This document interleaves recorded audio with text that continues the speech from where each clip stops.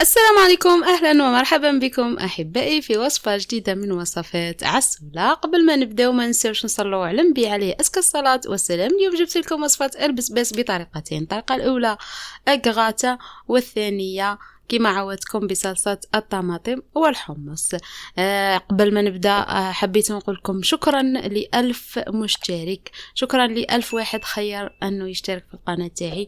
والله أنا فرحت بزاف بكم، ربي يحفظكم، ربي يخليكم، ونحبكم بزاف. شكرا شكرا شكرا. إذن قبل ما نبداو في المقادير وطريقة التحضير، ما عليكم غير اللي مشي مشتركين يديروا لي اشتراك، يديروا لي جيم، يفعلوا الجرس، هكذا بيلحقوكم كل الوصفات وتكبر الأسرة تاعنا إن شاء الله. إذن أول حاجة نبدأ بالمقادير وطريقة التحضير. نجيبو 3 حبات بسباس متوسطة الحجم، ونقطعهم إلى مربعات. كما نعرفوا البسباس فيه الخيوطة، مهما ديريلو مهما طيبه راح يبقاو هذوك الخيوطة. باش نتخلصوا من هذوك الخيوطة نهائيا لازم نجيبو أشوار ونطحنوا هذوك المربعات اللي رانا درناهم. كما راكي تشوفي معي حبيبتي، لازم تطحنيه هنا. هذه خطوة أساسية باش تخلصي من الخيوط. إذا فورتيه ومرستيه راح يبقاو لك القليل من ذوك الخيوط، لكن بهذه الطريقة تخلصي منهم نهائيا. تخلصي حتى من المذاق تاع البسباس إذا كان الأطفال تاعك ما يحبوش أو الزوج تاعك ما يحبش هذه الوصفة، والله ما راح يفيق لك بلي درتي فيها البسباس. نديروه في الكسكاس ونخلوه يفور، ونروحو نطحنو حوالي ربع صدر دجاج إذا عندك، وإذا ما عندكش أيضا هنا راه اختياري مش إجباري. كما نعرفو الدجاج راه غالي، إذا عندك أكثر إذا تقدري ديري حتى أكثر من ربع. ونجيبو بعد ما فار البسباس تاعنا نجيبو نحطوه في صفاية ونزهدوه من السوائل من الماء اللي فيه كما راكي تشوفي معي. واذا حبيتي تزهديه بالطريقه اللي راني معودتكم بها، وهي انك تجيبي السربيته او الطرشونه او قطعه قماش نقيه وتعصريه تخليه يبرد وتزهد تعصريه مليح، احسن من هذه. ديك الطريقه راهي عمليه على هذه الطريقه، لكن حتى هذه الطريقه راهي عمليه. نجيبو حوالي 3 حبات ايضا بطاطا متوسطه الحجم، نديروهم يفوروا، نقطعوهم مربعات ونديروهم يفوروا كما راكي شفتي معي حبيبتي. ونجيبو حوالي حبه بصل كبيره، انا نحب البصل بزاف لانه يعطي هذيك الذوق الحلو في ليصوص. ونجيبو 3 سنات ثوم وحبه طماطم متوسطه الحجم، نقطعوهم بالطريقه اللي تشوفي فيها لان راح نطحنوهم. نديرو عكري حلو وعكري حار. الحار راه اختياري ماشي شرط ديريه. ونديرو قليل من الكمون والزعتر، نضيف لهم نصف ملعقة صغيرة من السكر ونصف ملعقة من الملح، أقل من ربع ملعقة ملح. ونديرو نصف ملعقة طماطم مصبرة، ونضيفو 4 ملاعق زيت. هذه هي الصلصة اللي راح نديروها، راني محضرتها من قبل معاكم. هي نفسها صلصة البيتزا اللي راني محضرتها وديرتها، تقدري تجمديها في المجمد.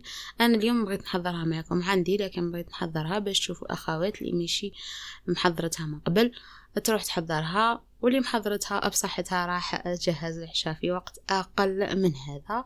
ونمرقوهم بحوالي 3 كيسان تاع ماء، ونخلوهم على نار متوسطة الى قليلة حتى يطيبوا مليح. اذا حبيتي تبلعي عليهم في الكيكوطه ايضا وكنتي غاصبه تقدري تبلعي عليهم.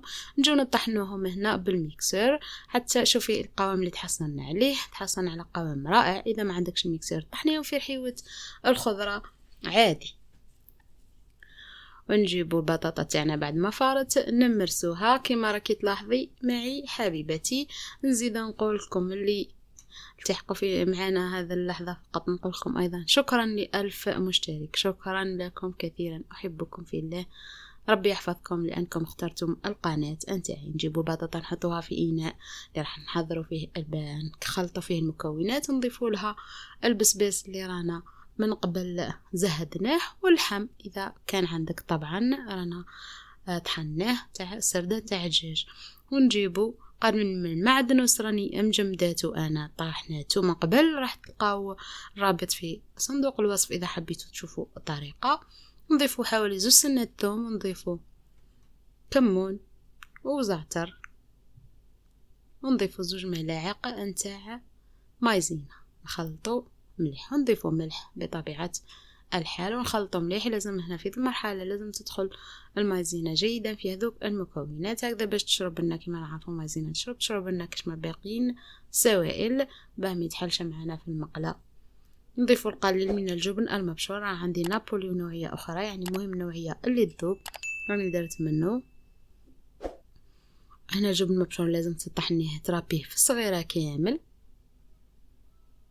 إذا ما عندكش راهو اختياري. ونجيبو 2 حبات بيض متوسطة الحجم أو كبيرة، نرى عندي بيض شوية كبير درت منه 2. خلطي البيضات مليح قبل ما تخلطيهم في المكونات، وبعد خلطيه مع باقي المكونات.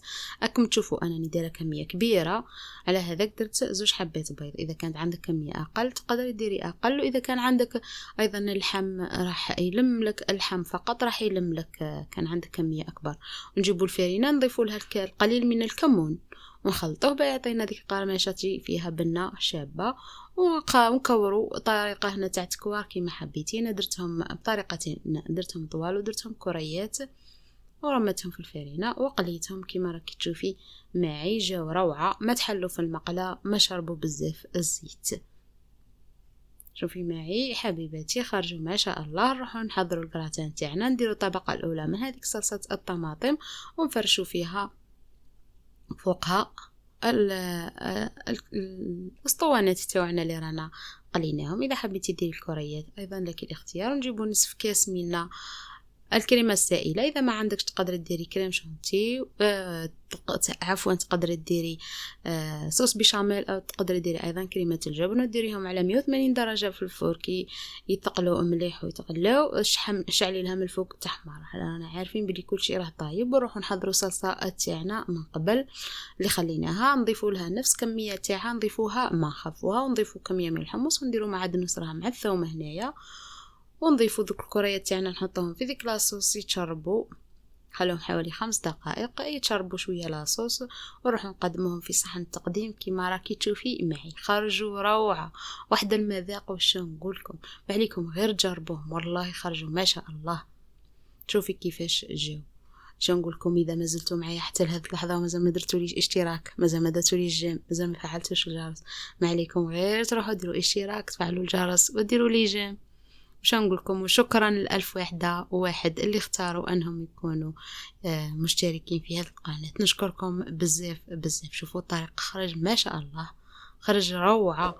معلي غير جربي هذه الوصفة وكتبي لي في لي كومنتير كيفاش خرجت لك. الحمد لله وصفات تاعي كل من جربتهم راهي كتبت لي وقالت لي نجحوا. شو نقولكم، مع السلامة في وصفة جديدة من وصفات عسولة. إلى اللقاء، أترككم في رعاية الله.